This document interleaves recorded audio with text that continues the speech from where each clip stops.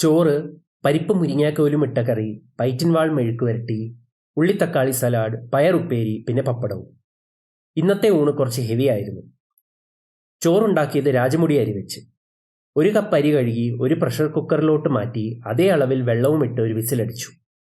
ഒരു ചട്ടിയിൽ എണ്ണ ചൂടാക്കി അതിൽ കടുക് പൊട്ടിച്ച് 2 പച്ചമുളകും 5-6 അല്ലി വെളുത്തുള്ളിയും കറിവേപ്പിലയും 2 ഇഞ്ച് വലിപ്പത്തിൽ അരിഞ്ഞ പൈറ്റിൻവാളും ഇട്ടുകൊടുത്തു. അതിലോട്ട് മഞ്ഞളും ഉപ്പും കൂടി ഇട്ട് അടച്ചു വെച്ച് വേവിച്ചപ്പോൾ മെഴുക്ക് വരട്ടി റെഡി.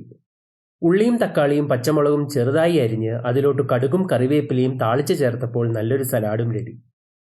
ഒരു പ്രഷർ കുക്കറിൽ ചെറുപയർ പരിപ്പും 2 പച്ചമുളകും കറിവേപ്പിലയും ഉപ്പും മഞ്ഞളും ഇട്ട് 2 വിസിലടിച്ചു.